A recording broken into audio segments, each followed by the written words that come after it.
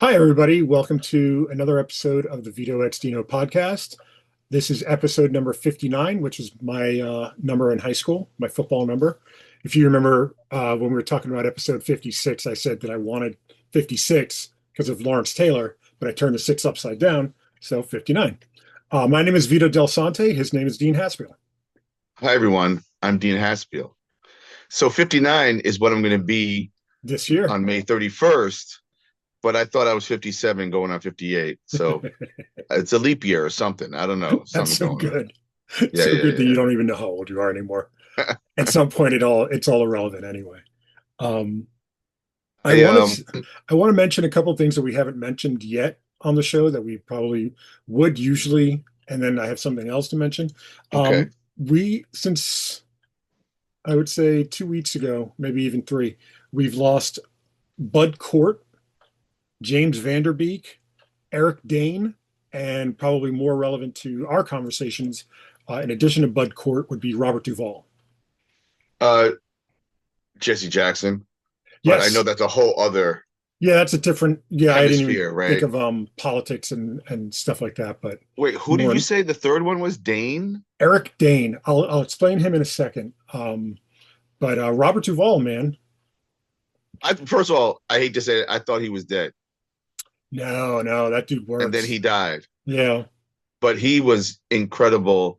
And was it him that there was a clip going around about someone saying, "Oh, I could act like that. You don't do any acting." He's like, "You try to not act or something like that.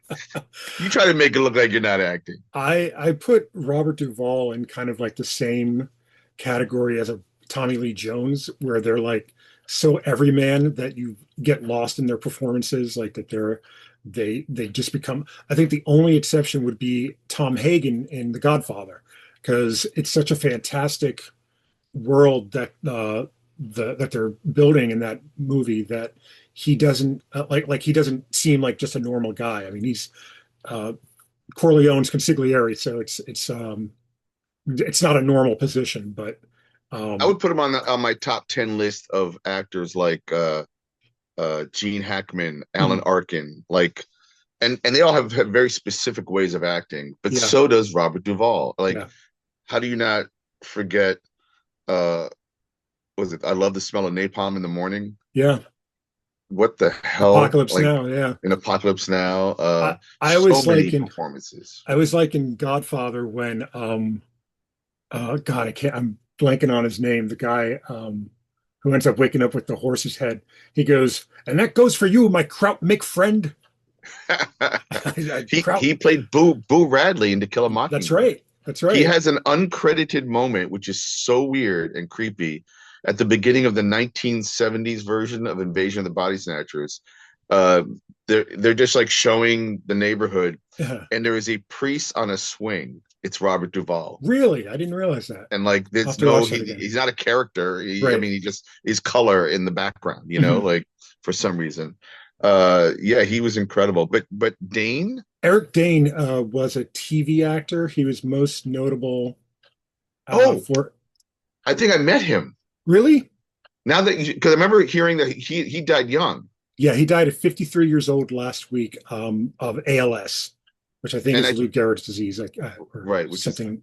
terrible. But if I might be wrong, but he might have been one of the actors that would when I did the Wizard Worlds a Mm-hmm. few years in a row, and I feel like he might have been one of the celebrity actors that showed up. That's possible. He was on Grey's Anatomy most notably. I don't know him from much else other than that. But he did this. It was so weird. This clip came up on Instagram of him giving his kind of goodbye to his daughters, Oh, and it's just absolutely beautiful. I don't know what this man's uh, personal politics leaning or anything like that, but um, watching that as a parent, especially, just makes you just like just hurts in a different way. And I don't even have to be a parent to have been moved by what absolutely. he said. But apparently he did it on Netflix. There's something called like The Last Interview or something like that Mm. that's all about him. But I encourage everybody to go watch that. It's just moving, like to the point of Yeah, yeah. I tears. saw part of the clip, and I wanted to see the rest of it. Mhm. And then in fun news, and now I'm blanking on the actor's name. He he's the one holding the radio up in John Say Cusack. Anything. John Cusack apparently has written a graphic novel. Oh, everybody has That's true. That's at this true. point. You mean he's written a screenplay that they turned into a comic book, Exactly. that kind of a thing. I mean, and who knows? I and don't know, but he's gonna get Eric Canetti to draw it. Probably it's there gonna you be the go. most beautiful thing ever. It's like, Who, oh, great. who, who I met for the first time physically at Eric. OAX. Yeah. Eric's a good guy, man. I really enjoyed meeting him. Like one time he came to Hanley's. He's a really cool cat. You ever see him on Ink Pulp, the Ink Yeah, Pulp yeah. Every now podcast? and again. He's so funny because he just has this kind of reserved, chill, but Mm. like snippy kind of, persona on the Ink Pulp podcast. I saw all those guys this weekend at the Original Arts Expo in Orlando, Florida, which we'll get into a little bit later. But Yeah.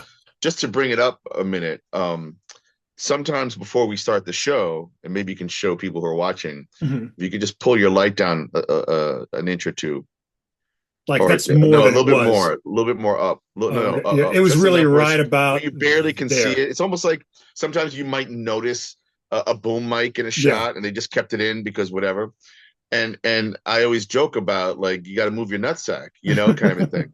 Well, I would love everybody. There was this um profile on Instagram that was one of the only reasons I went to Instagram early on before I had my own account.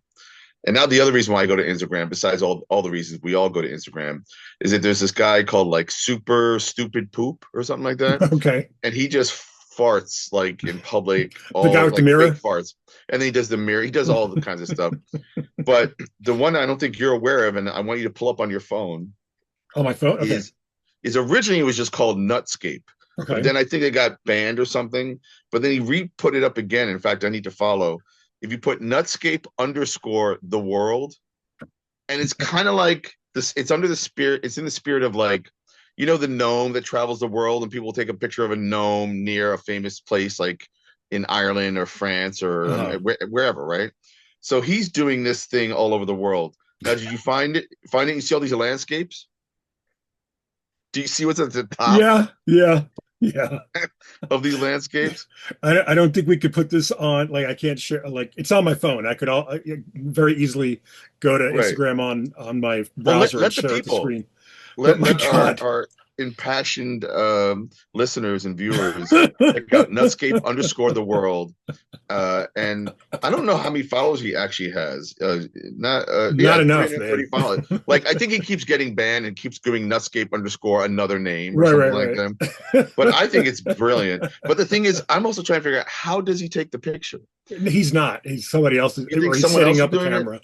He's probably No, setting but up I a mean like, camera. Or but I wonder if he's bending over and taking an upside down shot and putting it the other way to post. I don't know. Well, thinking too much about a guy's I do. testicles, I guess. But what I love about it is it's just a hint. Mm, It it's could enough be to know. a dark cloud, like anyway, whenever your light or your whatever is a little low, I always think of this guy. That's So funny. thank you. I wanted to also mention that today, birthdays for February 26th, when we're recording this, David Boswell, who created Reed Oh, Fleming. refunding. Yeah. That's great. In fact, I saw Bob Burden this weekend a Oh, bunch of cool. times. And he lives in Cleveland, I believe. And he invited me to go hang out with him because I might be doing a show in Cleveland at some point this Oh, year. nice. So, and I've always loved Flaming Carrot and Bob Mhm. Burden's work and the Mystery Men and everything he does. And, whenever I think about the top, like this is impossible. It might even be harder than to say the top 10 Marvel characters or top 10 DC characters or top 10 superheroes, right? It's the indie characters. Mhm. What would be the top 10, And I feel like Flaming Carrot has got to be up there, I mean, you'd have to count Maggie and Hopi as one. Maggie and Hopi, sure, like kind of like Kill Bill 1 and 2, right? Like, Right. but and I feel like, I mean, is Hellboy up there? It has to be, Has to right? be. Yeah, I would But say. but he almost teeters on having become commercial. I mean, he started off indie, I and mean, then there's Mike Allred. I feel like Mad Men might be up there, I also think in a weird, I know this isn't in the spirit of what you're saying, but I feel like, in a weird way, Harvey Picar has to be on there. Oh, totally. I mean, Totally. even though he's not quote unquote like it's not a fictional character, it is something about him that in comics makes him bigger than life. Like um, I Magnum mean, Hippie, Flaming oops, Carrot. sorry. And in a way, Reed Fleming, World's Angriest Milkman, to me, always looked like an adjacent kind of Harvey Yes, P. Carter, yeah, you mentioned that. Yeah, kind of thing. So, I just had an alarm go off. I don't know why. What's wrong with it's time me? to catch your plane. Uh, oh God.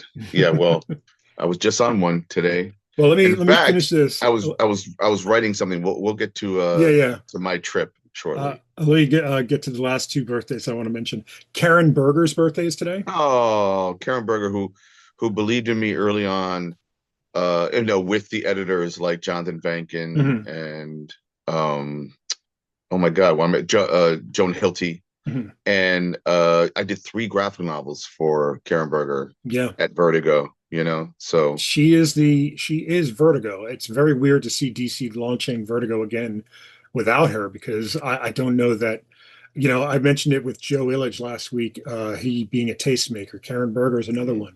one. I feel like her aesthetic really shaped what became Vertigo. I don't know, and I don't know that there was ever a point where her aesthetic was ever diminished. I think the quality, you could make arguments that the quality might have gone up and down, but you think about Sandman, um, Preacher, Fables, Scalped. some Scalped, so many others that just popped up during her time. I mean, so many. And Why the Last Man is another one. I'll tell you what I think happened with Vertigo was that it was two things. It was that other publishers were starting to publish Vertigo-like stuff, Mm, and they were giving better deals, not necessarily in advance, but in ownership. mm. I think I could be wrong, but I feel like it, there were a lot of other Vertigo type kind of publishers, Sure. Hmm. emerging, and then the other thing is that I think it was Dan DiDio who wanted to focus more on the Trinity characters, Yeah. Wonder Woman, Superman, Batman, and not put so much resources into Swamp Thing Yeah. at Yeah. Vertigo, but Swamp Thing existed pre Vertigo, of course.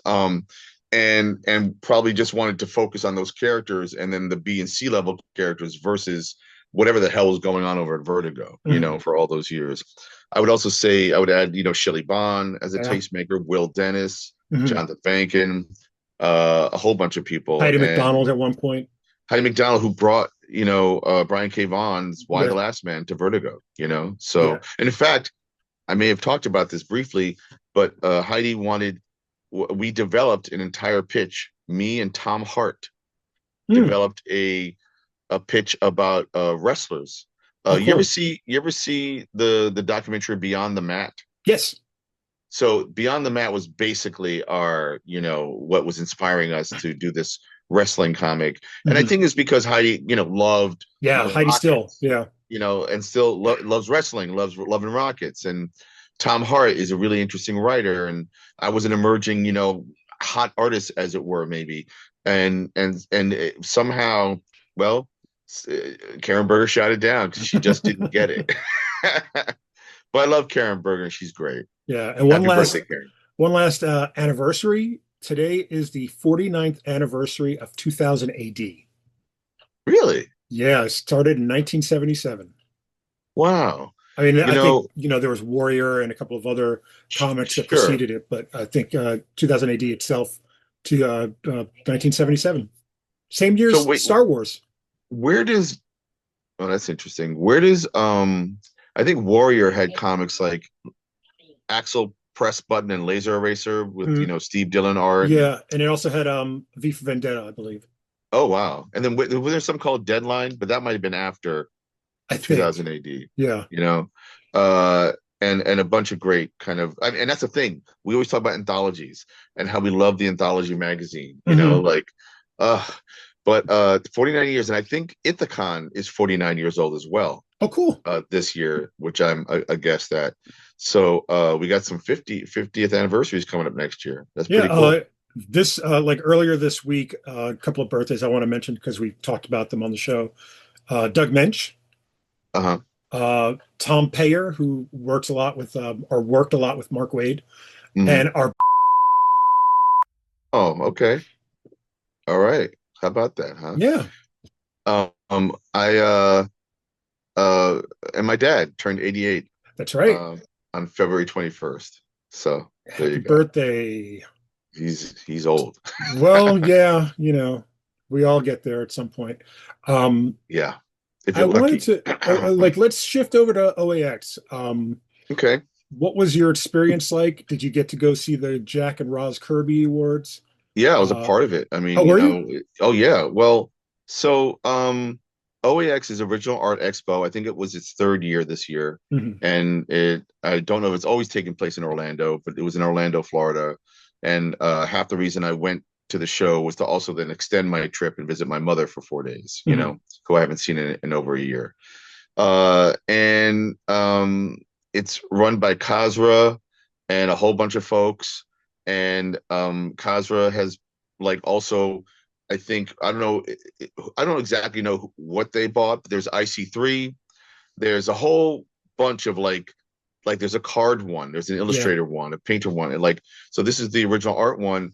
And when Kazra asked me to take part in the Jack and Roz Kirby Awards and be a person that would nominate and then vote, for who would win with what, four or five other people. Mhm. I was honored, of course, but then I thought, wait, so you're going to be holding this, inaugurating it at OAX? Can you hook me up? Mhm. And like, so we negotiated, and he made me a guest, and I was able to go have a table, and actually I shared my table with Cosmic Lion Productions, Hmm. Eli Schwab, who's great. He's a great guy, a lot of fun. He owes me an email, Um, that guy. he owes you an email. Yeah, I think he owes a lot of people. This he's becoming very popular. He's So notoriously, according to what I heard, he's notoriously bad at returning emails. So oh yeah, he doesn't return. The way I talk to him is I call him. I don't have his number, and I don't Yeah, like. I'm not in that. I'm not in that maybe you'll sphere get anyway. there. Maybe Yeah, you'll get maybe. there. And to like explain Cosmic Lion, it's very artsy, very Mhm. punk, maybe kind of a hip hop attitude, like very outlaw off center kind of thing. Right. And he's published Tony Wolf, he's published Bob Fingerman, Doug Latino, and Gideon Kendall, and Don and a bunch Don of new Simpson as well, right? Don Simpson. That's right. And this is where it hasn't officially been announced, but I've been working on an anthology with Doug Latino for Cosmic Lion. They'll Mhm. be publishing it, and I think it'll be announced very soon because there's going to be a Kickstarter launch page and everything else. So anyway, I hung out with him, got to know him better, and kind of bonded. I sat across my table. Well, actually, I sat next to Phil Hester, who's great. Oh Love yeah. Phil Hester. And to watch him draw is fascinating because he draws like a lot of angles. There's a lot Yeah, of yeah. angles to his work, which kind of is, I feel like there's a version of Dean Haspiel. If I had gone stronger into that route, I'd be doing I see stuff like that. that as well. Mhm. But so he was great to hang out with and talk to. Across from me was Andy Kubert, who I never went up to and introduced myself. I felt bad, but he had like long lines. That Yeah, guy's I'm very sure. popular. Then there was Jimmy and Amanda. Who else? Oh my God, John Romita Jr. Yeah, I saw a picture of you too. John Romita Jr., man. Like I got to tell him how much I loved his art and why. And he told some fun stories about Kirby. And then I made fun of him at one point because one of the things he said, and he did this at the awards, is he said that Kirby once said to him, "Throw away your eraser." Like what do you need an eraser for, right? So he was sketching something for someone in his line, and then I see him flip the pencil around and start erasing. I said, "What did Jack tell you?" And then he started acting like Jack Kirby and spouting all kinds of wisdom. And he's really cool, man. I Yeah, mean, I, one of my I I favorites. spent a lot of time with John at one point, Oh yeah, almost 24 hours, to really? because he had done a sketch thing around the time of the first Spider-Man movie, and he was setting a record for a Guinness World Record to raise money for his niece. I remember And that. I and Larry Johnson, Golden Age from Jim Hanley's universe, Yeah. and a couple of us were like his assistants for the weekend. And boy, we had a hell of a time, man. That's incredible. Yeah, he had a bunch of sketches that were for sale. I contemplated buying one, but I mean, the thing that was interesting about Original Art Expo is, and of course, Original Art Expo, I should have paid attention to that, is that most people were bringing original art, not even bringing, and oh, there was Nate Powell was on the other side of me. And Hmm. like I had a great late night conversation. It was Matthew Sardo of IC3, and we would just hang out with all these different folks and a lot of indie guys. There's like the legends, Hmm. and then the classic superhero artists and the offbeat classic superhero artists, and the Europeans, and I was hanging out a little bit with Jim Mahfood and Sean Crystal, and like I said, I met Eric Canetti and a couple other guys, from Hmm. their crew. God, what else? There was just, but it was like two rooms. Oh, the Simonsons, of Yeah, of course, course. Walt and Weezy. And it was just like very intimate and casual. Hmm. And so I didn't bring any original art. I brought What, comics to sell. was it a big room or was it relatively small? Like, It was a big enough room, okay. but nothing like not big at all, Hmm. and that's what I liked about it. Yeah, And I what was I love interesting those. is that I think most of the people came were collectors of art, Hmm. So I didn't have any original art because I don't sell my original art, at least not my pages or whatever. And I'll do commissions. And I'm sitting there going, I'm trying to sell my comics here. And I'm actually the cheapest table at the whole Oh con, yeah, because yeah, some people are selling pages for a lot of money. And I had yeah. donated a piece of original art, that absolute Batman, The for the last auction. laugh you called it, I think. Yeah, last laugh, because it had a Joker face that Hmm. had been ripped off. But so I had paper and pen, and I started drawing like heads of the Thing or something, Hmm. or another Batman or whatever. And I'd sit there, and within minutes, people would be like, "Oh, cool! What? How much is that going for?" I'd be like, "I don't know, $100 or something." Like, and at one point, I was just like, "I'm gonna make $20 right now." So I just drew a tiny little Batman head on a little card, Hmm. and I said, $20 Batman. 30 seconds later, it was gone. Like, I was like, what the hell am I doing wrong? Like I was learning, like, at an art selling show. Duh, How to sell they art? want to Yeah, buy art, like, so I got to rethink some of my strategies here, man. yeah, yeah. And my Batman piece of art went for 650, which was great, That's great. So, and I know some of it goes toward charity, some of it goes toward OAX, and Hmm. some of it comes toward me. So it was a really cool show. And like I'm like a little under the weather right now because I did the show and then I hung out for 4 days and flying and everything. So some of my memory is a little fuzzy right now. In fact, one night it was a little amateur hour for me. The Kirby Awards night, we started at 5:30, so everyone's drinking, Hmm. drinking, drinking. And I remember like being at a bar with a bunch of people, and then finally I'm like, I'm gonna head back, to the hotel kind of thing. And at the hotel were these cool water fountains, there's hot tubs, there Hmm. was a fire pit. I woke up at the fire pit, like laying Like you at a passed out? couch. I just went lay down for a second, and an Oh hour my later God, Dino, I was like, right. you And can't do that, boy. then I look at my watch, and it's like 11, and I'm like, The night's I don't starting. start drinking till 11, and now I'm going to bed. Like, what the hell is I going got on? I got a very cool text from you, which was just a picture of you and Mark Chiarello, who was a former art director at DC, a longtime friend of mine, a guy who I terribly miss being able to go, like the convenience of just going up to the DC offices and just getting a coffee with him, just to shoot the shit. Like And I he took the terribly miss picture him. for you. Like, Yeah, yeah, he was missing you, and says, sending his love and all that stuff. yeah. So, He's the and he's best. great, Mark Yeah. Chiarello. And what else? I mean, there were a whole bunch of people there. Like I said, I'm kind of blanking, and there was a lot of incredible artwork. I mean, it's comic books are incredible, and varying, like so many different degrees of, from indie to very polished to like, it's just the storytelling alone half the time. It's just mind-boggling, Isn't it crazy that it's just pencil and paper? Yeah, Like when you think about, exactly. and then like India ink, on some things and stuff, but it's just pencil and paper. It's so Hmm. basic and so like, and yet like we kill ourselves over these things. Hmm. You know what I Hmm. mean? Not And that they're then not worth it, but I mean, it's just incredible. Think of it. absolutely, and then like some of these people it's a steal. Yeah. Some people I'm like, yeah, I'm glad you're charging that much. Hmm. And then others you're like, You should okay, be charging more. I don't get it, but fine, like, and that's where I'm struggling, Mm, with this concept of, as you know, letting go of the artwork. and yeah. and most people are like, Dean, you're an idiot. Just scan it. You have a scan, shut up. And it's not even like I have a scan and then it'll just stay on a computer or a hard drive, I will never see it again. It's true with the original art. They're in FedEx, but I could show you a ton of FedEx boxes right now, and you'll be like, Dean, that's how you store your art up on a shelf? Like, what? And like, yeah, man. And like, I'm an idiot, and it's not doing me any favors sitting over there.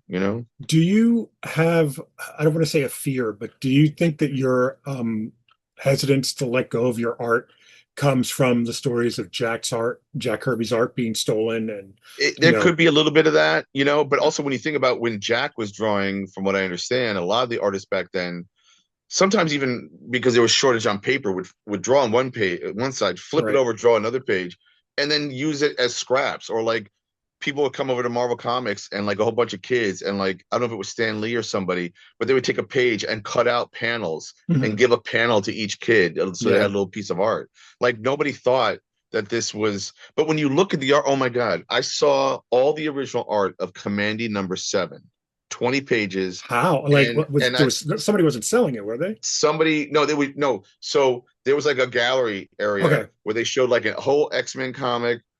I think there was like a manga in there, and then it started with Jack Kirby's Commandy #7, Mhm. which is not anything I remember, but I'm looking at the artwork and every page is unbelievable. Mike Royer inks, Mike Royer Oh, letters. yeah, yeah.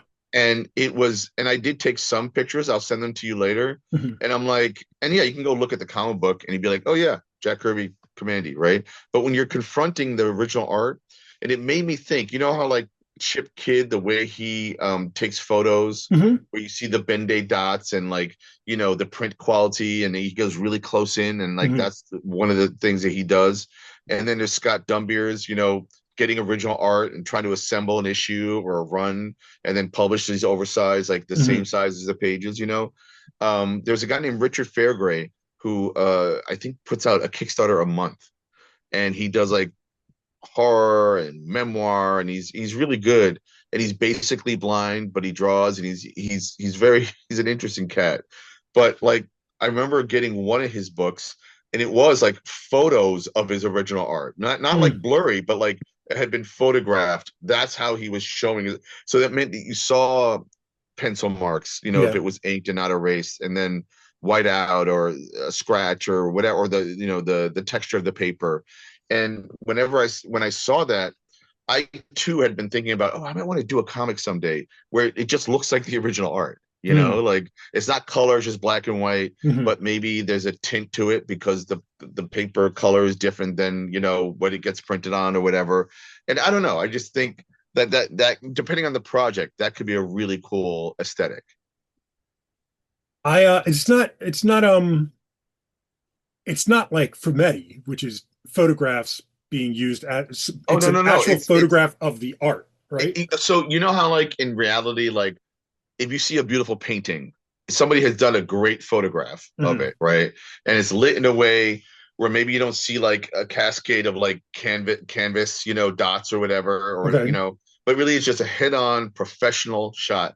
And I was thinking like sometimes, like I do blue line and then I have Yeah. black on it. And sometimes I'll take a snapshot and I'll put it up as a sneak peek. Hmm.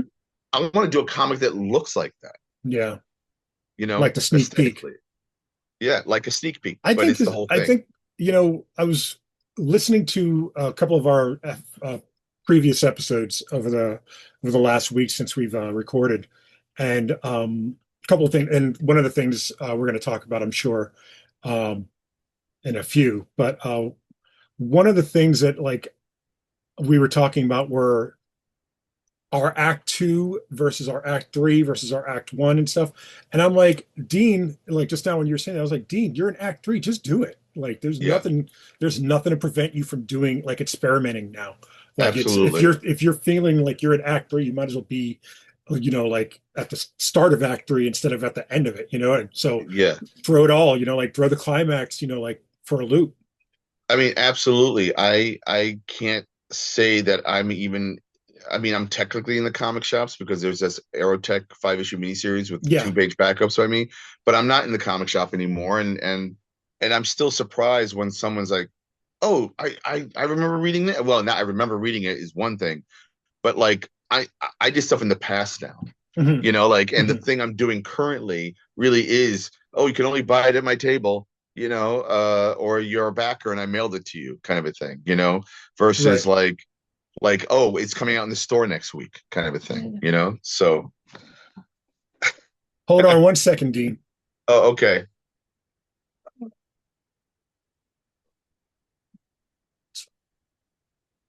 She's not having a good night. Oh, I'm sorry. Yeah. You can give a long distance hug from me. Dean's giving you a hug as well. Thank you, Dean. You're welcome.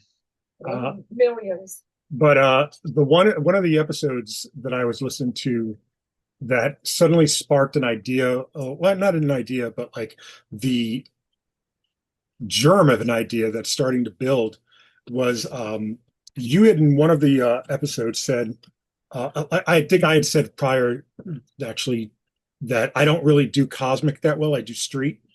And you're Right. like, you do cosmic, but you don't do cosmic like Kirby does, because that's kind of where your like Red Hook stuff really went into that real cosmic stuff. And what you said was you do cosmic gavel. And I sat with that for a day after hearing it again. I'm like, what is the cosmic gavel? And I just started, riffing on it in my head, just like thinking about it. And so I'm starting to put together the idea of a story about justice and injustice and all this stuff. And What that means, and you're also the name of inspired the by. gavel, I'm calling it Lex Ultima, Well, which is let's talk about that for I a think second. So, Latin for final law or final justice. right. Um, Well, so let wait, it's crazy. I don't know how we ideas are weird, man. Like they come from everywhere. but yours. I mean, everyone who knows you knows your favorite comic book is Crisis on Infinite Earths, and I think you are trying to find your Crisis on I'm sorry, Infinite say that Earths. again. Can you hear me? I was saying that your favorite comic series is Crisis on Infinite Now I Earths. can't hear you. Stupid headphones. All right, hold on a second. Oh, okay. All right, Technical now difficulties. Oh, now I can't hear you. uh Okay, now I can. Now I can. let's say there you go. Okay. Okay, No, now I was saying, and it's funny because I felt like I was stepping on what your lines were. Now I realized you weren't hearing me. mhm. Um, the cosmic gavel and street justice or justice versus injustice and all that stuff, and it's the evergreen story that you revisit every time. Mhm. And your favorite comic book is Crisis on Infinite Earth, so you're trying to find your Crisis on Infinite Earths, Right, right, and but that's a tall tale because Crisis doesn't work without how many years before it of superhero stories, right. Like 50 right? years, I think, at that point. I think it was a So you 50. do you start at a crisis? Now you have some years with Mhm. some of your characters, and I don't know if in this new idea you're going to create new characters to help tell the story. That's part of it. I mean, the thing that I'm and it's not even that this is a tough thing to do or to wrap my head around. It's that, yeah, DC had 50 years of continuity beforehand. I have, I think, 13, like give or take. The Stray started in 2013. Right, So for me, right. it's less about building the continuity out and more about, is the story, like you said, is the story evergreen? Like, can I just tell a story with these characters? Can I kill characters off that people don't have an emotional attachment to? There's a couple of, and I'm considering all of that, in the whole But thing. it's hard because, like, to start off, for instance, with a crisis type crisis, Mhm. uh, it it you have to build in like, oh, we're pulling from different universes Mhm. to bring these characters. And I did a story. I've written a full 24-page script with the Red Hook and a new character, but dealing with a parody of some of these like, You told me sidekicks and about this. heroes, and I think I might have even sent you the script or Mhm. whatever, and I even posited what the first superhero was or the first hero, and all that stuff. But like, I put it to the side because I feel like that story doesn't work unless like I bring out, especially with the Red Hook, that I bring out some more Red Hook stories, and that's actually one of the things I did in the airplane today, and it was an interesting exercise. And we'll get back to the Cosmic Gavel, Mhm. but like I had written out this story that would be essentially my next big Red Hook story. And it doesn't have to be big. It could be 24. I can figure out how to do it in 24 pages, Yeah. although I think it's longer. But anyway, I just like telling a joke, the first time you tell it, it may fall flat, and then Yes. you Yeah. workshop it, you figure it out, and then you tell it 10 times. So I started telling this idea to my mom and Inverno Lopez, and they were really intrigued. And I realized I was watching their faces respond to certain parts and trying to articulate and bring clarity in a nutshell what the idea was. Mhm. And I hadn't written it like that when I wrote it down.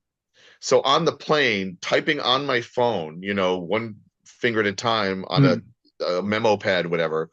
I told the story to myself again, and what would basically be a page, ultimately, and it just got stronger and stronger because I was throwing away the stuff that didn't make sense and keeping it tight, you Right. know.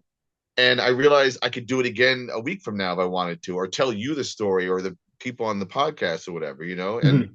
so find that story. Like you sent me what you think would basically be kind of the first page where you Right. said Like, phone, right? yeah. I sent you something back that was like, oh, this reminds me of this. Mhm.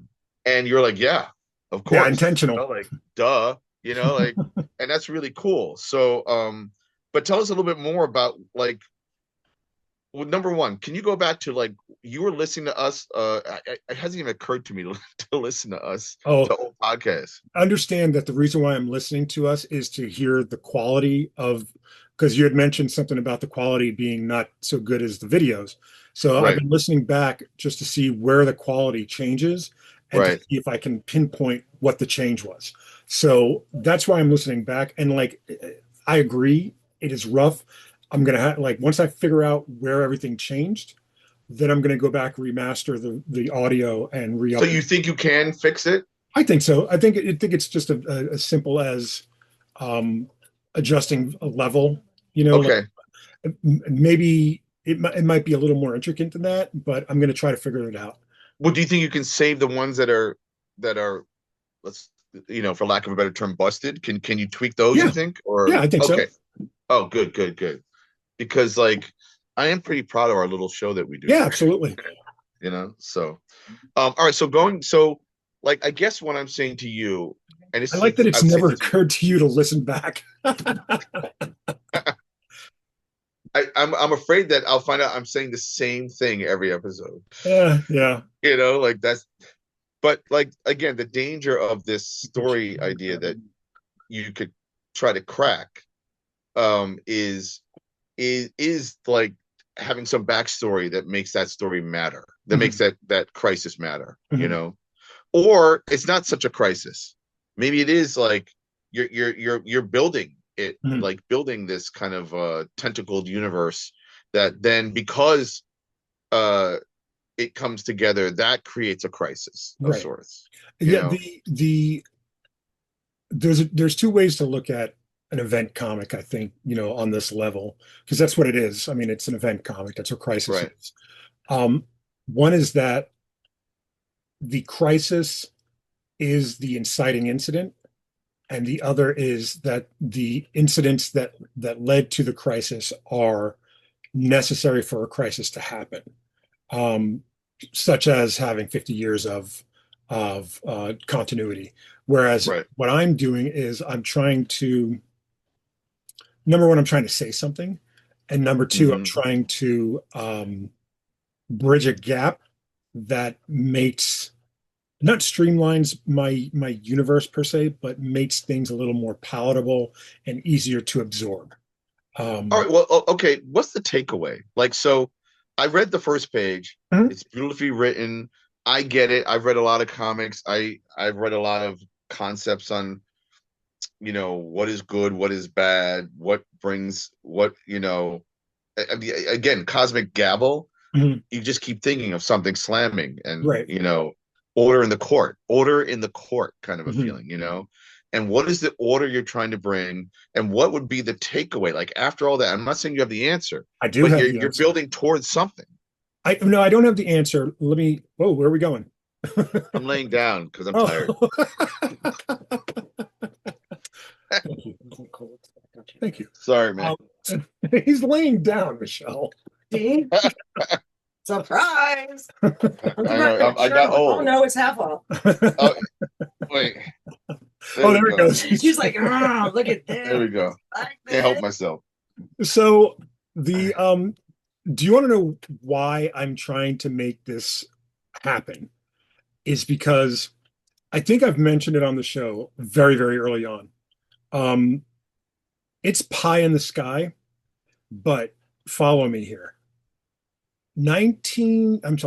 2028, supposedly Superman goes into the public domain.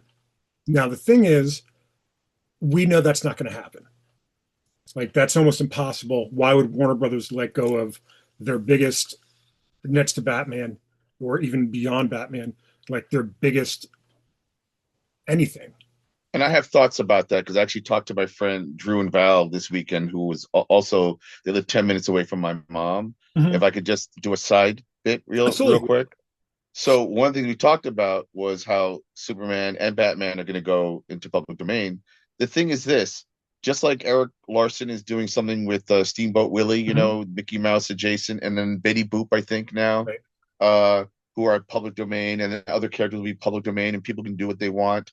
There will always be like, or Marty Keene doing bootleg Spider-Man, or whoever doing you're doing a bootleg Batman, like Yeah. so. Like, but that's what it'll always be the spirit of, right? Right. And everyone knows that if DC continues to publish Superman and Batman, that's canon.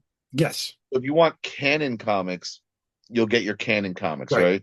And then everybody, you and me included, can do our own Superman, Batmans, and then other characters that become public domain. And then that's just a take. Mhm. That's Mhm. just like a spin on Yeah. something. But there was an interesting conversation I had, and I think it was in Superman Red, White, and Blue, or Red or Blue, or there was like an anthology series or Oh yeah, yeah, something, yeah. I know what you're talking about. And Val was telling me, "Did you see this story that got a lot of shit?" Because, and I didn't know this, and I don't follow a lot of Superman stuff, Yeah. but there was a story that implied, or more than implied, that he had kind of somebody made him lose his powers through kryptonite or something, and then they raped him with like a pipe. They Oh raped. Did you know about this? no. That Superman, when he was quote humanized, was taken advantage of and like raped in prison or something. Like, and I forget who the writer was. I think it was somebody who might be a screenwriter or something and wrote this story. And then it must have been controversial. So if you look it up later, again, I apologize for being semi ignorant, but I'm sitting there with my friend Val and going, that doesn't seem like, you don't rape Superman for what? Right. Yeah. Superman, as Christopher Reeve said, Superman's your best friend, Yeah. and you don't try to quote make him feel the ills of the world by having him get raped too. So he doesn't need to get raped to understand rape, Right. and it just felt like so wrong and off. Mhm. And for what? For 8 pages or whatever it was in an anthology, like Mhm. again, I could be getting all that wrong too, but it just seems so. And listen, rape is awful, obviously, but like you don't need to rape Superman for Superman to be what Superman And represents. what's the point? What are you trying to tell? Yeah, exactly. So check it out afterwards, and we can maybe discuss it further or not. Yeah. Anyway, going back to your like Yeah. feelings about So these copyrights coming up. so I figured, all right, the best thing that would happen for this scenario, the thing that's most likely to happen, I should say, is that the contents of Action Comics #1 will go into the public domain, not necessarily the character, or as you put it, the canon. So whatever Superman was in Action Comics #1, the guy that jumps, the guy that picks up the car, the guy that goes after mobsters, that's Superman. That's what you can use. So And to me, that's the Superman I want to write and draw. it leaves a lot to explore. Like if you're taking just that and then Hmm. you're extract like, oh, you're the guy that comes in on Action Comics #2 to Hmm. like take Hmm. over the book. You can explore so much with that. Um, Hmm. so I feel the like Mark Wade would like that challenge. Like if oh, I called up Mark and be like, Mark, let's do a one shot of like Action Comics Superman, uh, like and tell us that story, another one of those stories, I mean, tell you what, or you, Vito, when that would be our DC collaboration. when this happens, like when this goes when Superman goes in the public domain or Action Comics #1 goes in the public domain, if I were DC, I would capitalize on that. What's the second issue? Like, let's do a whole year of, Mark Wade and Jorge Jimenez or Yep. Grant Morrison and Frank Quitely, or whoever, and like do a whole year. What would Action Comics #2 be if Yep. if it wasn't by Siegel and Schuster? That kind of Right. thing. But Right. anyway, the so I went through. I think I might have shown him on the show before. This kind of Superman pastiche character that I created with Matt Major. And the idea behind this Cosmic Gavel story is I want to bring this character to the Strayverse. And the idea is that even though His we name is Beta Ray Bill. basically, but even though we don't ever say it, I'm treating this character as if it is Superman. So he's going to be from another world that's similar to if you remember my conversations about the Axiaverse, and if you've read my Hmm. my Axiaverse primer on Substack, which if you follow my Substack, and if you don't, the link is down in the show notes. But if you followed that whole entire conversation and you didn't want to, put a knife in your brain because it's a lot to absorb, Yeah. there is the branches and then there's the roots. The roots are worlds that basically have influenced the branches. So Right. when I talk about a root Earth, I'm talking about the DC universe. I'm talking about Milestone. I'm talking about Marvel, Dark Horse. Not necessarily those universes per se, but those influences. Like a detective of the paranormal. Like Hmm. might not say that it's Hellboy, but the influence would be there. Hmm. So this character, the Superman character, comes from one of the root Earths.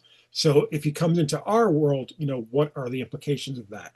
And that's the whole point of trying to make this event comic, But just to trying to make it, build that all out. and that's a lot of fun, and it's almost like how story comes first, right? Right. And then I feel like sometimes this is concept over story, right? Yeah. Some of what you're talking about seems to be just high concept. And it's like, oh, it came from the root or it came from the branch or whatever. But what I think might be interesting is if you're saying that from the root, you're going to be writing your Superman, Right. right? It's still a branch because, right? Because, and then maybe you can do actual Superman when he becomes public domain, or at Mhm. least Action Comics #1 Superman, right? Mhm. So you have that little moment. And as I've expressed before, and I talked about this with the Jacked Kirby podcast guys, Yes. Tommy and Mike D, when we covered that issue of Commandy, I think it's issue 29, where they discover Superman's costume Mhm. and they hear about the legend of him. And it's like, and the whole issue, like, where's Superman? Did he Yeah. die? Like, what happened? We don't know. But the idea of Superman, is almost just as important as Superman himself, right? Right. So you have your real Superman in the root somewhere of your tree, and then you can have your branch adjacent influenced Superman of whatever world that comes from, Mhm. and it could be interesting to like kind of like when Billy Batson went down and took the weird train to the tunnel, Yeah. and then there were like all the gods that were lined up, and then you met the wizard, right? And then he became Shazam, and Shazam stands for those Mhm. seven gods. I almost want that. I could almost see like Superman, Batman, Wonder Woman, like Greenland, the Justice League, basically, right? Mhm. And then what comes out of it is a young Billy Batson type character, or a Buddy Blank who became OMAC, or Steve Rogers who became Captain America, Right. be evolved and turn to something else because of that influence, because of their legend. Mhm. and the powers that are bestowed upon the person, you know. And I think a lot of people would get that immediately. They're like, Mhm. oh yeah, I get that, you know. Right. Um, and then of course, well, then what's the story ultimately? Because that's just Right. the high concept, you know. And I don't know that I think I've said this to you before. I don't know if that I said it on the show, but the whenever people read Crisis, they think it's about the entire DC universe, and I always have to correct them, and not that I'm right and they're wrong, but I always tell them that no, it's not the DC universe. That's a Superman story. I don't care what anybody says. There's three Oh wow, Supermans in it. Four if you count Ultraman from the Crime Syndicate, and then like there's multiple Supermans in it, and they die off, except for the three, Superboy, right, Superman, and Superman Earth 2. So right, to me, it's always been a Superman story. So I feel like you have to you have to kind of take all of that into consideration when reading it. Yeah, Perez isn't just drawing three characters, and he's not drawing. Why wouldn't he draw all of them? But if you read it from the point of view that this is a Superman story, not just a DC story, it is, but right. it's more than that. And if you take it from that, then I think you get a different read on it. It's like when I was telling you a couple of weeks ago, um, if you read Dark Knight Returns as if it was in like they never stopped publishing Batman comics from 1939, or yeah, from 1939 to 1988. He's the same age, like he aged in real time. And so that's the way I would, that's how I read Dark Knight. That's the character right there. Right now, I'm calling him Ascendant. And again, you could see that he's basically Superman, you know, Totally, like totally. with some, changes, obviously, gloves, Right. the white pants, the symbol on the chest is not the diamond, and there's Yep. I don't know why I love that little circle on, on the cape, but I love it. Well, it's Uh, almost like an accent to the yeah, logo on the chest, you you know, know, like when I originally envisioned that symbol, it's supposed to be reaching up to the sky, like his hands, right. his arms up, reaching up, so that's, And that's like the sun or yeah, far off or yeah, something, basically. you know. So, I, Yeah, that's cool, man. I really like that character, and I really want to That's kind of, cool.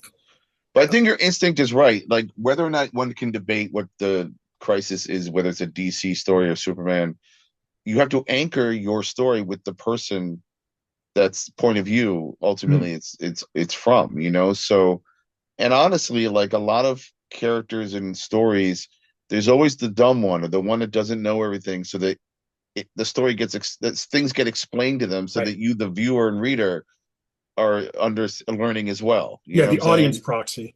Exactly. So in a way, what if? And again, I'm not trying to write your No, story, no, and you no. probably have a lot of ideas, That's but that's that's not. Don't concern yourself with that. That's not what so we're you doing. have a real Superman and real Batman, real whatever the copywritten, you know, that just lost their copyrights, Mhm. and they're influencing. What if suddenly, because of that threshold being blown up, and there's no more longer a barrier, right? And then what emerges from it is the proxy influenced, you know, Mhm. the new Superman, as it were. Right. And then they are so new at it, they don't even like they need to learn what this is. And like imagine if you suddenly became Superman because a copyright thing, you know, or whatever the hell, you know, like I keep using it as a stupid, but because of some event, and Uh-huh. suddenly you're like, wait a second, what just happened? You know, like, and and because it starts somewhere. You're either born, you know, like a mutant, or you know, you come to another planet and the sun makes you stronger from another atmosphere, Mhm. or it's a weird experiment that happened, you know, or cosmic rays for the Fantastic Four. There are obviously many ways to, but like I don't know. I think this could be really interesting. Are you gonna show something? Oh, here's your That's That's awesome. Chiroptera, who it shows up in Raptorix, which Yep. is my Nightwing Batman bootleg. But Chiroptera, I just have this funny scene where in my head, Ascendant sees this guy and he goes, like, don't I know you? Like, and they're Yeah. like, we've never met before, you know? Right. Right. Is that Batman logo a little too close? I don't care. Okay. Well, I mean, give it a few Maybe, years. maybe. Give it a I few don't know. years, and then you'll be Yeah. fine. You know, Like like it's like the tail, it was supposed to go down further, but I don't care. oh, more like a dragon than a bat at Um, that point. More like because he's actually got superpowers. Like he can turn blood into weapons. Uh, Oh, so it's supposed to represent like a blood drop, kind of like oh, that's cool. Isn't Bloodshot? Uh, can he manipulate blood? I forget. Is that the name of the character? from Valiant. Yes, I From believe. Valiant. But I almost said Blood Clot, but that's the Jamaican version of Bloodshot. Blood Clot. Bo. Wait, wait, did they not ever do that? That would be awesome. Come on, I think man. you've got your next Blood Clot. antimatter antimatter I character. don't think I'm allowed to write and draw him, Vito. Anyway, no, I think that there's a lot going on here. It's funny because you keep circling this idea. So early on in our first year of this show, you wanted to develop characters for an idea, and then Mhm. like we were trying to workshop one on an episode, and I think you were going to do something with Ray Anthony at some point, Well, and all of then it us are kind going of to do it. just Yeah. went nowhere. And then Do you know what's funny? what? I've actually like in my re-listening and rewatching and stuff, I start looking at that and I'm like, that's kind of a poor concept. You know what I mean? Mm. Not poor, but like there's a concept within that concept that was much stronger. Well, that's what I mean. Like you circle and you try something, and then if it doesn't stick, you move on with Mhm. the stuff that you're still thinking about. So then I read that book, about the axiom age, and I was like, well, Yes. what could be the axiom? And now it seems like you were taking somebody because you talked about that tree, right? Mhm. Like, Mhm. and now the tree is getting stronger and Yeah. getting more like what it's supposed to be, I guess, right? Mhm. But without it being too much. I feel like some of my favorite stories are so weirdly, deceptively simple. Right. When you actually boil it down. So then it just becomes characterization with a little bit of plot. Yeah. Like have we talked about the Banshees of Inisherin or Inisherin or whatever? No, no. All right, so it's written by a playwright whose name escapes me right now. I love his plays. He did oh God. Anyway, the Banshees of Inisherin starring two great actors, one of them being the guy who played Penguin recently. Are you looking it up? Colin Farrell and Brendan Gleeson. And to say who the writer director is? The writer, director, uh, Martin McDonough. Yes. Unbelievable writer. And look up his movies if you haven't seen him. And he's a very masculine writer, and he does a lot of plays. And it takes place in a really remote area of Ireland. And these two guys who are best friends and go to the bar every day, right? That's the establishment. And that's it. And Mm. then one day early on in the story, one of them decides, I don't like you anymore. I don't even want to talk to you. Mm. And then Colin Farrell, the guy who's being rejected, is like, why not? Like we you're my best friend. Like what happened? Nothing. I'm done.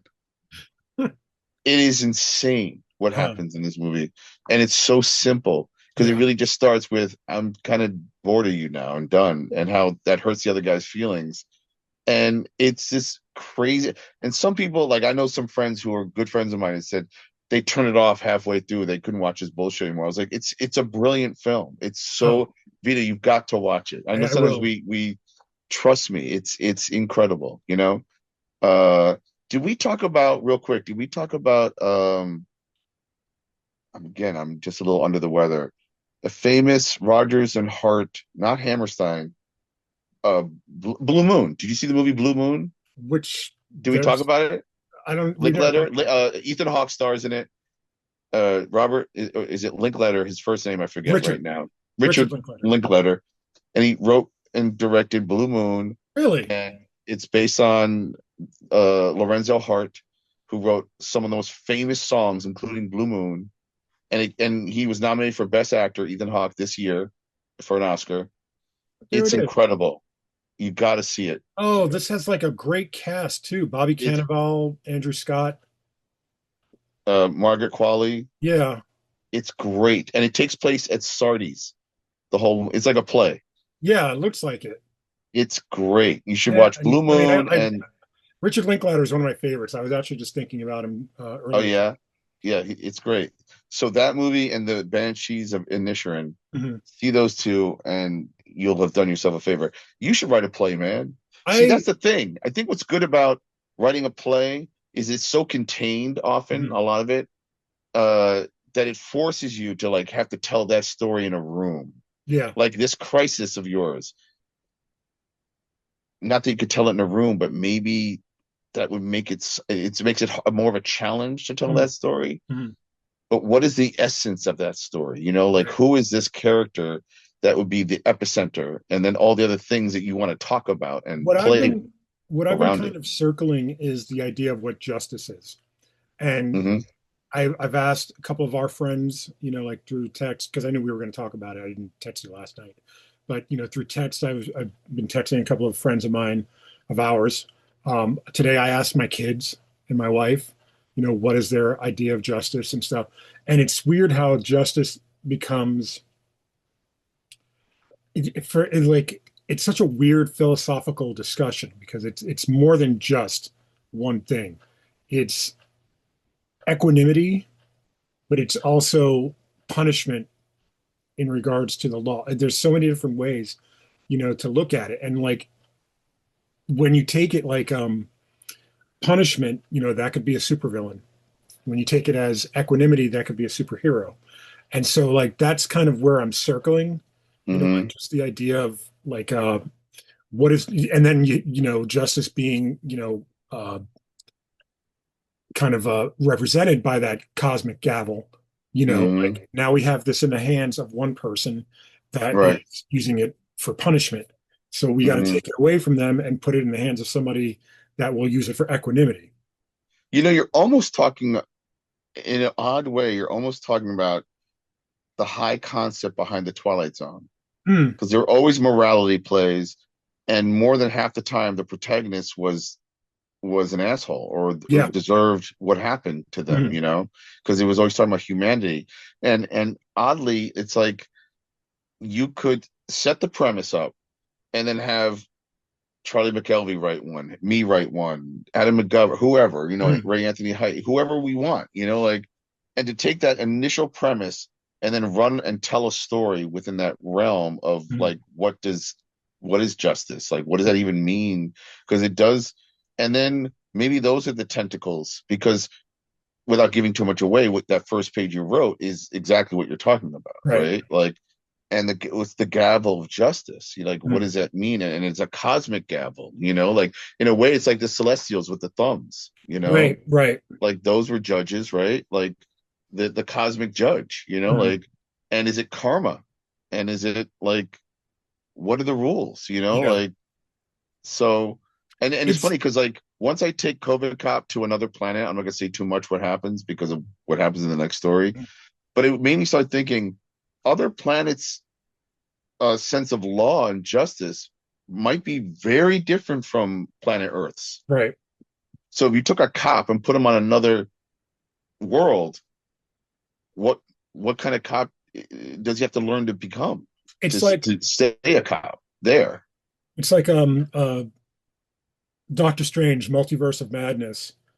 When they go to the one world and they're like you have to cross on red and stop on green. Right, Like right. everything's just backwards and Yeah, stuff. yeah, yeah, yeah. You mean Evil Dead 4? Yes. I love that movie. I'm not complaining. I enjoyed the hell out of that movie. Yeah, man, that was so much fun. So yeah, I think you have a lot to consider, but I think once you just boil it down, and cut the fat on all the stuff and go, oh, maybe it really is just a high concept that I get to continue to tell stories through that space, you Right. know? The Kind of like the horror comics where they would have the night creeper or whatever start the story and end the oh, like the story, Crypt kind of like, Keeper. or yeah, Yeah, Tales from Crypt the Crypt. Keeper, Hmm. or Rod Serling, Hmm. you Well, know? in my head, what I'm thinking is like I just want to distill it down to like a sentence, Yeah, then blow it up. Do you know what I mean? yeah, Like that's how you get cosmic, is you blow up something yeah. that's so simple and so rudimentary, not necessarily Or taken for granted. Like you just say, hey, remember that thing that we all agreed upon? right. What if that was taken away? Yeah. Or that thing that we all know? What if we everything you learned? Well, I told you that the Simonson Superman pitch, right? Hmm. Right. So I won't repeat it here, Yeah, yeah. but like that kind of stuff. Like, Right. but of course that comes with history to be able to pull that off. Right. So it's almost like the first time you play with this idea is you might even give it a history lesson, Hmm. like starting with, or it like, well, I mean, it's simply done. 2001: A Space Odyssey starts with gorillas or monkeys With the monolith. with well, they're Oh yeah, yeah, yeah. they're the bone, they're beating each other up or something. Then they see a Mhm. black monolith, and then he's playing with the bone and he throws the bone in the air and it starts slowly spinning and becomes like a spaceship from Mhm. NASA in outer Mhm. space. Like the evolution of that's technology. Right. Turning a bone into a weapon is technology, right? Mhm. And then what's this monolith? So you could almost maybe try to find a version of that, where Mhm. it's simply reduced down to its bare bones, literally. Yeah. It's a lot of it's hard to do, It you is, but know. the challenge that I find in writing and in conceptualizing is not so much coming up with the idea, the spark of it. Sparks always, they're always sparking. It's trying to, this is going to sound counterintuitive, but trust me on this. It's trying to challenge myself out of it. Because if I can challenge myself out, I'm going to naturally, my defenses are going to fight back and Uh-huh. get my way back in. And that's how I find my way into the story. You know Right. what I mean? Like, it's like Yeah. right now, I'm taking all these disparate and kind of abstract ideas and it's pushing me back. Right. Right. So then my next internal reaction or my next natural instinct is to fight back from being pulled out of it and then Right. to dive into it. Yeah. I mean, And I know that, like I said, I know that sounds counterintuitive to any storyteller or any kind of writer or anything, but I think, sometimes, the fun part is being challenged to the point where you take this initial idea and you're like, oh, that's not even a good idea anymore. And then and now you're like, now I know why it's not a good idea because I didn't do this, or right. because I Right. was looking at it from the wrong lens. And if I just, put on my x-ray specs, I would have seen that or something. Right. Right. And then there are people who, like, you're reminding me of, like, people are very good at paying homage or Mhm. uh being able to mirror a sensibility very well, or like I miss exploitation films or black exploitation movies or kung fu or whatever, like they don't make those anymore, but when they do, like, it's actually better than I was surprised at how good it was when I saw it. You ever see Black Dynamite? Yeah, I love Black Dynamite. It's great, and it Yeah, totally does what it's making fun of, you have to very watch. well. You have to watch if you have HBO Max. I think it's still up there. They have the Black Dynamite animated series. If you've never watched them, Oh yeah. they are amazing. Oh Like cool. whatever you think that movie is, this takes it and like there's a whole scene, there's a whole episode where you find out Michael Jackson is an actual alien.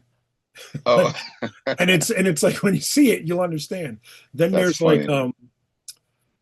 there's a I don't think he teams up with Shaft, but he teams up with another um kind of pastiche of another black exploitation Sure. character, and it's really good. Like I don't think it's Blackula or anything, but it's so good. Oh, Like, that sounds fun, man. and it's done by the same people, like same Right. voices, same actors, same producers and stuff. So it's got the spirit of the movie. Oh, that sounds good. And it probably didn't run that long, so it's probably contained enough It's to. 2 seasons, I think, Yeah. and I Okay. think the Yeah, that second sounds season fun. is like condensed. Like there's an hour episode instead of like an extra episode or something. So, do you feel like this idea, the more it percolates, and the more you would like, once you're done with the current Stray story and whatever else you do you think this could be like your version of an antimatter, like where you would spawn stories from That's a this good tree? question. Um, Not as I'm envisioning it right now, but I do have an anthology that I want to do. Again, inspired by a lot of our conversations, and I think the anthology is essential to doing this book. Like, I don't think I can do this book without doing the anthology first.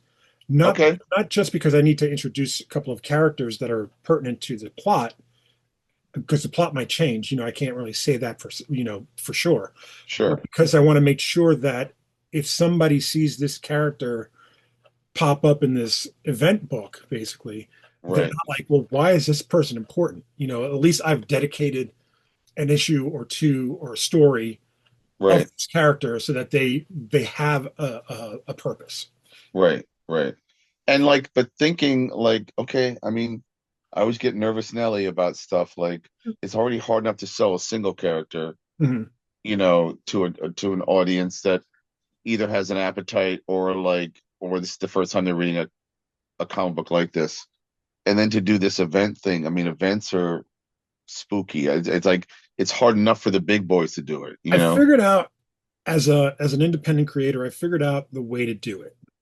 It might be a little long at this point, which I'm hoping to cut down by at least a third.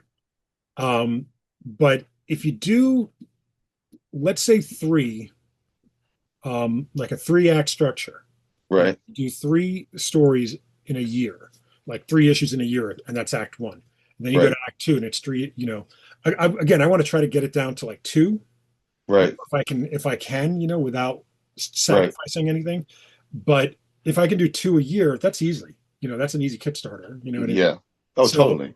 I like, and I think, over 3 years, 6 issues from an independent creator, I think that's doable. And I think that's Yeah.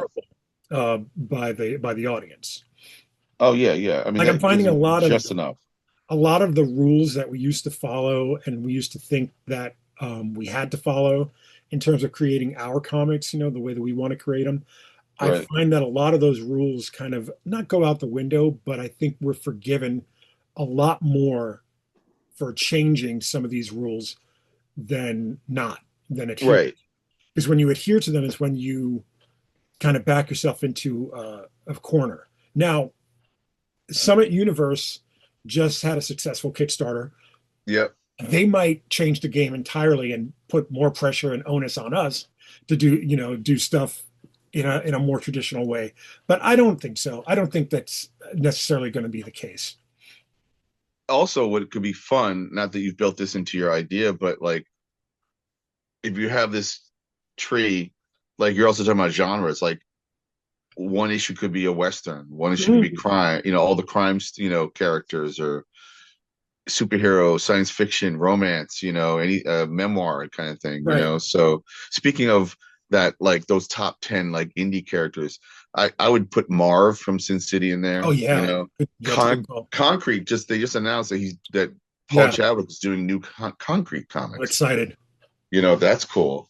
Yeah, so it's an ever evolving idea that is exciting to hear on this show, and then and obviously when we talk, And the you know. the benefit of starting to think about it now is I don't plan on doing this next year or the year after. Well, maybe in 38. Uh-oh. Oh no.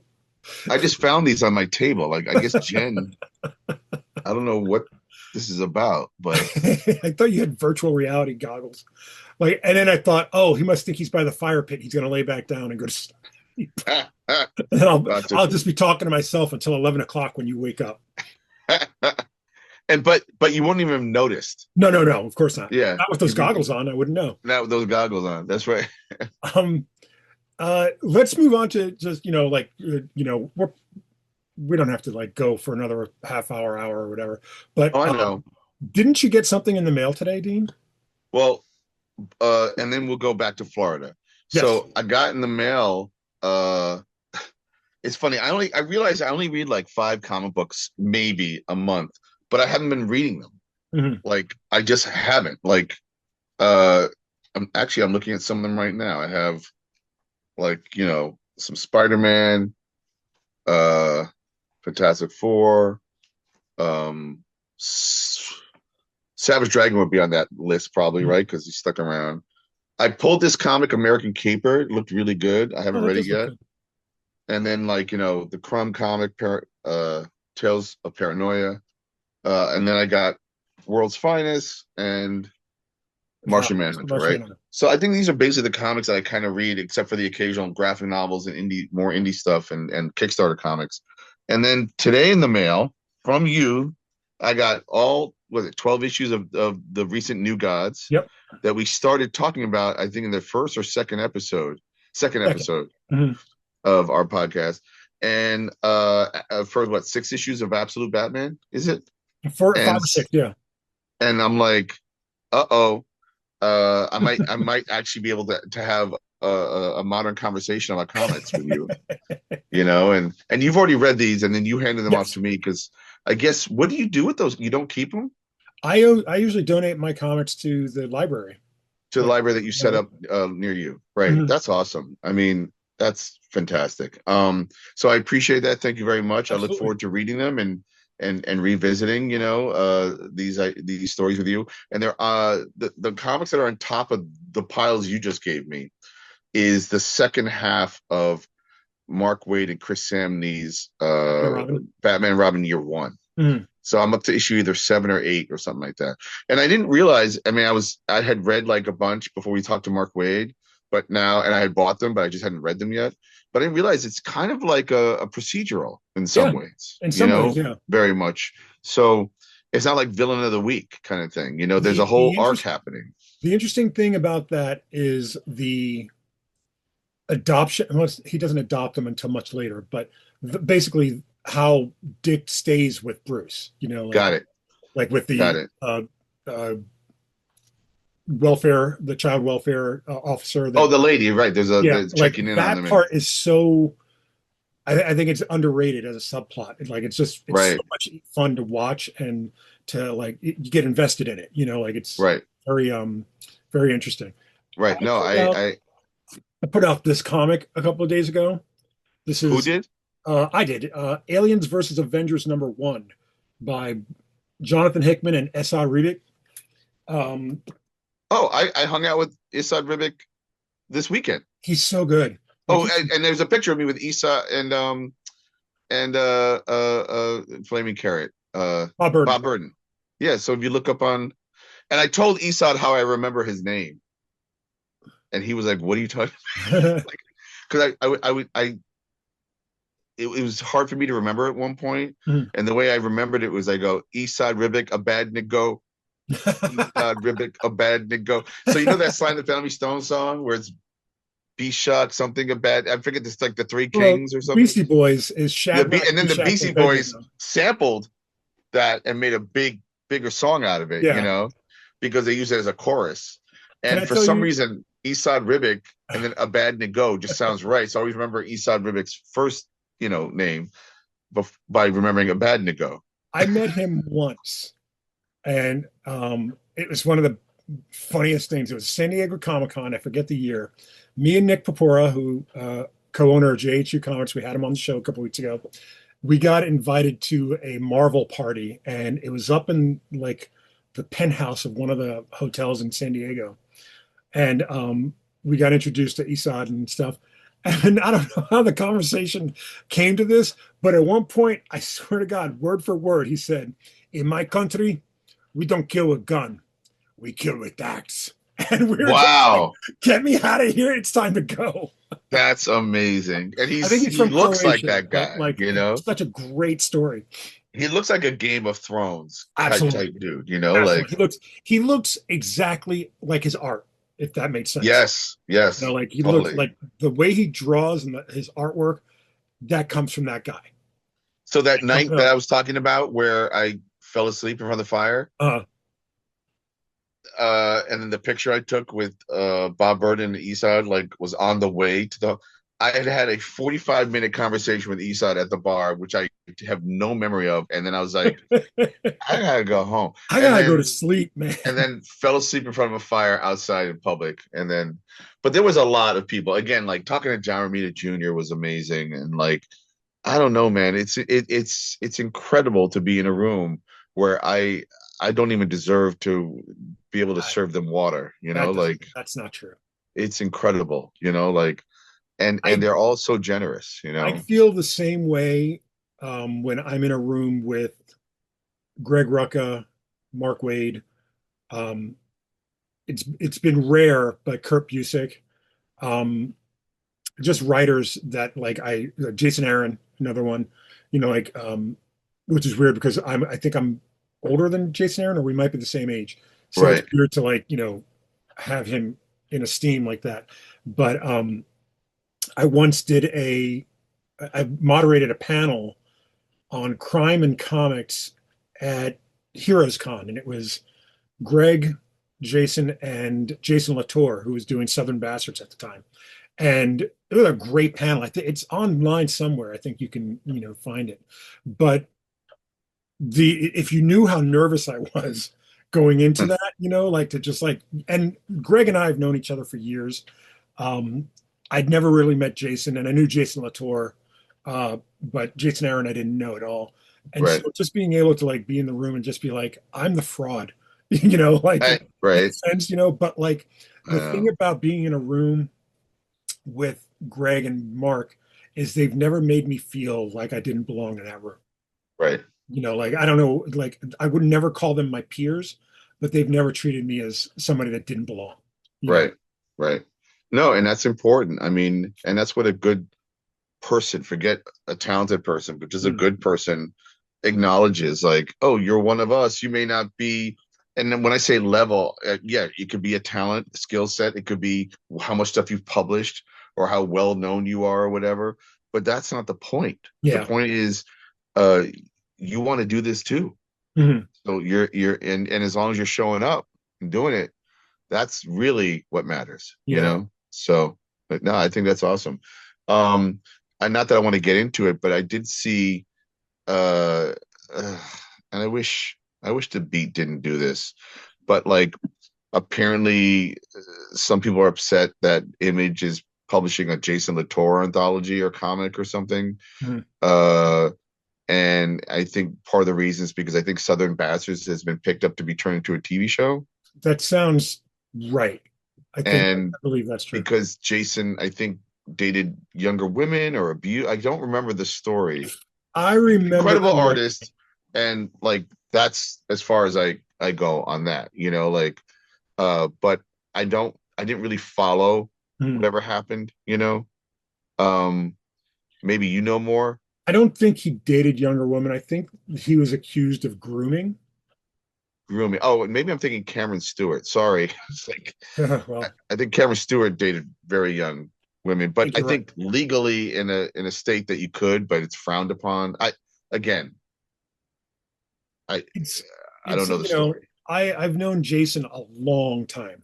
Long, Right, not as long as you, not as long as some people, but I've known him since my right, first days of going to Heroes Con back in the early 2000s. And right, um, I've never had a bad word to say about Jason. That's not to say that I defend his position right, or right. Get defend it. what he's done, but if Image wants to publish, it's their right. Like that's Image Well, wants that's the money question. too. The question is, again, I haven't done any of the homework, Mhm. but like you do something bad, you're kind of kicked off the field for a long time, and you got to survive, even though you did some bad shit, and hopefully you apologize or make amends of some kind or whatever, and then you come back, and then you're not allowed back in the field anymore because of this chunk of time that you did something Mhm. not good. Do we forget? I know we've talked about this before. Like, when do you forgive? When do you give somebody a second chance? When do you? I have a friend who's a writer. I'm not going to bring up who it is just because of I don't know, doesn't matter. But he was accused of some very heinous stuff. And I just remember at one point they were taking it on the chin bad. Now, this person has never stopped getting work or not stopped working. So I don't know. Maybe I'm perpetuating some of this, like on my own, Right, by not by what I'm about to say. Um, but I saw him at a convention. I think it was at a right, Baltimore convention, and I said to him, hmm, "Look, I don't know the truth. I know that right, there's a story between you and this other person, and maybe another person, like that these accusations are going through. I want you to know that this person is a friend of mine, and I support them. But you're also a friend of mine, and I support you too. So if you need anything outside of this, I'll still be your friend. Like right, it's something you right, have to handle and you have to take care of. Does that mean that I forgive his sins? It's not my job. right. The person he offended has to forgive him. You know, Yeah, what I have to do is I have to, I think, hold my position and say, I'm not going to, judge you on this stuff, but I don't defend you on it either. right, right. And it's funny, And, you said something really interesting and important. It's not your job to forgive it. And I feel like that comes from religion. yeah, It's not my job to forgive. But then we live in a world where everyone is judge and jury. We want to go back to justice. What is justice? The gavel of the cosmic gavel, right? Like mhm. there's also what do you call it? It's the people, the judgment of the people or whatever, Jury. the jury of whatever, the public jury or whatever, Oh, that's court of public opinion. the court of public opinion, Mhm, which is more rampant than ever before mhm. because of our technology and because of the news, because of what's going on every day. It's insanity, like and so yeah, I think it's interesting that there's the cosmic gavel Mhm. and then there's your personal opinion, Yeah, like and then how do you conduct yourself around someone? And trust me, most people I know are not squeaky clean, yeah. like men and women and of all colors and everything, like I I mean, don't know a perfect person it whatsoever. goes, it goes, on this show, it goes back to our discussion of Ed Piskor, Yeah, and how I forget how you put it, but it was a murder suicide, I think is how you put it. I was saying it this weekend. People were coming up to me who were friends of Eli Schwab of Cosmic Lions, so a lot of indie people who revered Ed, and they were personally thanking me for, I wouldn't say coming to a defense, but having my feelings out there about it, right? And like because so many people like went after Ed in the 7 days it took from someone accusing him of some kind of grooming, long Mhm. distance grooming, whatever the hell it was, to him killing himself, Right. which is a whole other psychology. Like what happened there, Mhm. If he had given it another week, Yeah. maybe some people would have come to his defense or whatever, or give him a space to like, the thing that he wrote in his death note, maybe express that You out look at there you look while at he was that alive. you look at that situation and you look at what happened to Jason Latour, and I don't know how many years it's been since Jason's name's come up in a A while. conversation about, but it's been a few years. Yeah. And you think, man, Ed would still be here had he waited Yeah. another week, you know? And, Yeah. and again, I'm not trying to make anybody's, sins greater than anyone else's.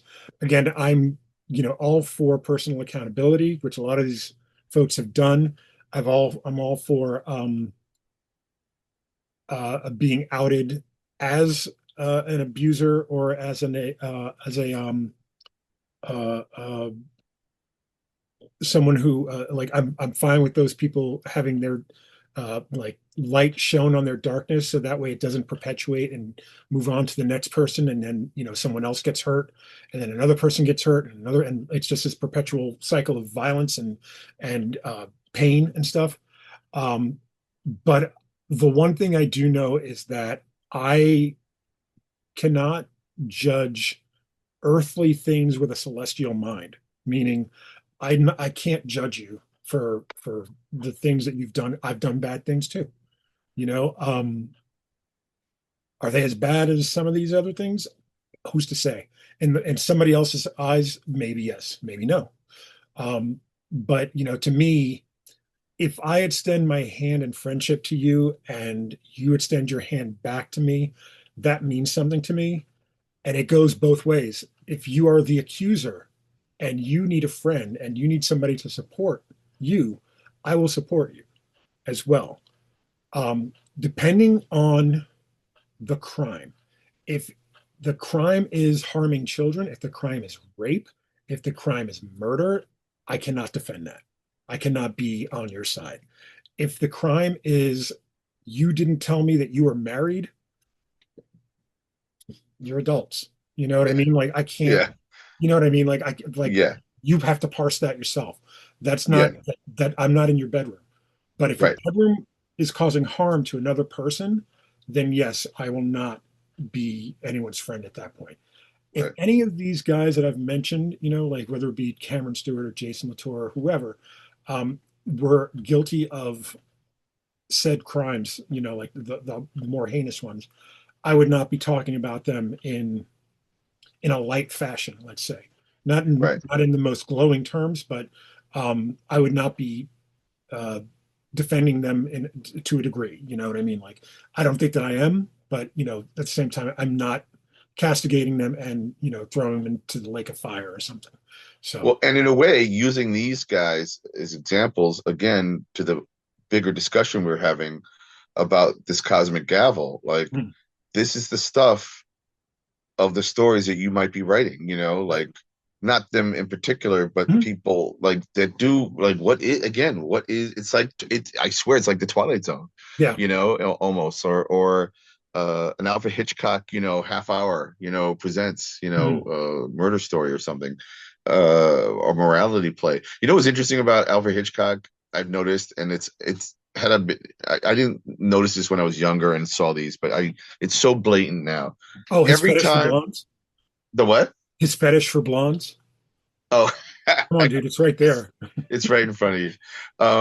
No, that every time it appeared, because they would cut the story short. You're like, oh, okay, I know what's going to happen next, Mm, kind of usually. But he would make sure you knew that somehow they went to jail. yeah, You right. didn't see them go to jail, or you knew they were busted or something. But there was always that lingering thought, like, did they get out of that pickle? And he Uh, always ensured in his like bookends, yeah. the way he began this and ended the half hour was like, oh, don't you worry. They did go to jail, so don't you do this, kind of a thing. Like we've just shown you a way to like do something criminal and Oh, messed up. that movie Rope is something special, man. The best, So Vito, good. So good. the best. Yeah. Any other things? Anything Well, I going do on? want to like I want to make sure that I mean we could just close it out. Like we've gone for a good bit. Um Antimatter, late pledges. When are we shutting those down? Um, Soon because sorry, my cat is choking. You okay, Kima? Come here, Kima. Um, I haven't seen my cats in a week, Yeah. and like just to wrap up the Florida thing, and I'll get to antimatter. Mhm. Yeah, it was great to see my mom. I got to hang out with her dog. I know you're a dog person. I took the dog to the beach. I'm gonna put up some videos of, my little mini movies of this dog, and hung out with a lot of cool people. And it was good to like get away. It's weird. I don't know how you feel. Do you go on vacation? Are you on vacation when you go on vacation? I don't even know necessarily how to do it, What's but funny? This weekend, tomorrow night, after I get out of work, we're going driving to King of Prussia, which is in Pennsylvania. It's closer to Philly, for what's called ZoloCon, which is not really a comic book convention, but like toys and anime and collecting okay. and stuff like that. So Bill Murphy, who we know from Fresh Monkey Fiction, made the Oh stretch yeah. action figure, was going to make a Red Hook action figure. Yep. He's going to be there, so I'm going to go to say, just to see him and just hang out with the family and Oh, that's cool, man. spend a couple of days on Speaking of, I mean, again, I had a nice little getaway. Unfortunately, it was like we had a was this a a cyclone bomb that hit New Oh yeah, York, I heard about that. and then it just dumped like 2 feet of snow. I mean, And then I was in Florida, which, was nice during the weekend when I was inside Mhm. for the con for OAX. And then when I got to my mom's, it was like 50 degrees at night. I'm like, come on, man. And then when I was leaving this morning, it was 75 degrees. I was Oh, like, thanks. I just, okay. But, and then I got here and I had to clean the car off because tomorrow morning You gotta I'm move it. driving Fred Harper and me to the Long Island Oh yes, Convention of Horror this weekend, Lich. which I'll be doing, I think, signing exclusive posters of Mr. Melvin with Lloyd Kaufman. Lloyd Kaufman Yeah, of it's awesome. Toxic Avenger fame. And then, like I said, I'm bringing Fred, who's been drawing Toxic Avenger for the last year and a half. For Ahoy Matt Comics, right? Bors, Ahoy Comics. Matt Bors is writing it, and I think they're expanding that universe a little bit. It's doing very well. And then and Larry Hama, and go look it up. It's LICH Live The dot the link is com. in our show notes. I think by the Yeah, and time, it'll have already happened by the yeah, time this airs. And then I think on Tuesday, the day after this airs on Monday, I'm doing hold on a second. Let me look it up. Danny Fingeroth is moderating a panel, the New York Comics and Picture Story Symposium, which I think is once a week it's in its seasons. And this is going to be the comics versus the fascists. Will Eisner. Oh, it's for Will Eisner week. It's gonna be me, Karen Green, Ari Kaplan, Charles Kochman, Danny Fingeroth, and we're gonna be talking about like basically Captain America and Hitler, that's a I murderer's guess. row. Yeah, it's gonna be fun. So that'll be like 7 o'clock, March 3rd. Yeah, 7 p.m. Eastern, that is. And oh god, New York Comic Symposium. Look it up, and then you can, email for the Zoom Mhm. thing. And trying to think what else. I think that's it for now, man. Like I had a blast at OAX. Oh, I got invited to a couple cons. I got invited to Dragon Con. Oh, that never I've never happens. done that. You've heard that, right? I've Is that never done it. Atlanta? I've never Yeah. done it. I've always wanted to, and then now I'm glad that I've never done it. Um, Oh, wait, why? well, I'm glad I didn't do it back then. I would love to do it now. Oh, okay. The guy who look up the guy that used to run it Oh, for horror stories. oh, Absolute, really? absolute horror stories. Well, I do I not asked want Jimmy and Amanda about it because I think they've talked about going to it, to. and they were saying how it's one big party. It's a lot of partying. I'm like, It is oh. that is now. I mean, I'm falling asleep in front of fireplaces at 10 o'clock at night. but back. I mean, it's always been that way. It's always been like a bacchanal of Okay, cons. But right. the guy who used to run it fostered that kind of environment and was not cool. Like Okay. you have to you All look it right, up. I'll look It's it not the up. case anymore. The guy Right, is in jail and possibly even dead by now. But it's just right. too much to get into. Um, And I think you sent me an Instagram video about some comic subject, and I'm trying to remember what it was. It wasn't why uh in the Marvel universe humanity is scared of mutants. Was it one of those? I did send you one of those, yeah, and And then I I'm sent still you. not totally convinced about it. I mean, because well, yeah. I mean, I know that like like J. Jonah Jameson spends an inordinate amount of time trying to say that Spider-Man is a menace to society, right? Right. And but yet the Fantastic Four are cool, or obviously the Hulk is scary, but Iron Man's cool, so like it depends on what the powers are and who you are, right? But Mhm. just that across the board, most people are afraid of people that are hit puberty and get a superpower. Well, it goes into the great replacement theory that a lot of white supremacists have always, Right. you could Well, they should be correlation. afraid. Yes, Bootsy Collins is a much better bass player than you give him credit for, white people. Um, Absolutely. Absolutely. One of the so, best. so antimatter, you said you're going to close out soon. So so this is what's happening. So starting Monday or Tuesday, I'm coloring the second half of the book, lettering it, Nice. which should take 2 or 3 weeks. And then I'm going to send these pages over to Josh Neufeld. And he's going to quickly assemble them. We're going to send it to Mixam or whoever the printer is. I think it's Mixam. And then within a couple of weeks, I want to say maybe no later than the end of April, I should have the books, a whole bunch of the books in hand, in a studio, and then been ordering packaging materials and everything else, and Mylar bags, and then in between that, I'll be doing like I have to do some sketches. Also, yeah, I'll be sending out like the survey, to all the people Mhm. who backed it, and then the idea is that it should be in everyone's hands by May, right? By your And birthday. then wait, what? By your birthday. Oh yeah, May 31st, my birthday. And then do I pull the trigger on a second Kickstarter like soon after? I'm not sure yet, maybe I've gotten like a little bit of a gig. Mhm. I am teaching a comics storytelling workshop at the Art Students League at the end Yep. of April, 3 nights in a row. So that should be fun, and maybe that'll, bring in some money.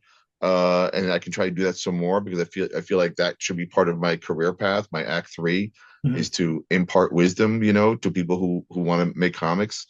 And yeah, like I have a plan. I already have like what I think the first four issues of Antimatter is, Mhm. so You've if told I me can some of it. continue to what? You've told me some of it. Oh yeah, yeah. And if I can continue uh being able to support myself. And then like I am talking to some people about maybe like a Red Hook omnibus or Billy Dogma collection, and like a Beaver Tomato, my semi-autobio stuff. Mhm. I don't know. Like, I got to figure it out, and I'm still semi allergic to pitching to publishers, and but I gotta. I, I don't know. Something's We'll got to be change. talking about it a lot Mhm. as we do this Yeah. more. So, and wait, just real quick, because how do you say your bootleg Batman character name? Raptorix or Chiroptera? Raptor. And what? Chiroptera? Chiroptera. That's what a bat. That's a bat. It's a But it's bat. hard to say. I don't It's just care. hard. Learn. This dictionary is all over the place. Learn. You can But type it into what's Google. It'll say it back to you. what's the status on that? I'm not talking about it right now. Okay. Just Okay. not yet. Not yet. It's All right. we're in a holding pattern. All right. Um, I do want to talk about the Stray Kickstarter for Requiem issue 3, but it's actually issues 1 through 3. We are at 102 followers as of like an hour, maybe less ago. Excellent. So if you want to be notified as to when we start the launch, go to www.imthestray.com, and it'll take you right to the Kickstarter landing page. That'll you can hit notify me. Um, don't forget, we have a T-shirt for sale. The link is down below, and we are still taking donations for equipment. That link is also down below. And that's it. But the Raptor X comic will be coming by Baltimore. So Awesome. Great. Okay. I'm Good. not putting that. That's too good to waste. Oh I hell. wait on. All right. Well, good talking to you. I'm sorry I'm a little under the weather and a little scatterbrained. Oh, Hopefully that's I'll feel fine. better What else is new? next week. What else is new? Can't blame it on the cold. Yeah, like On the crud. blame it on the airplane. That's right. All right, man. Have a good night. You have a good night too. Thank you everybody for watching. Thank you, Dean, and we'll see you next week.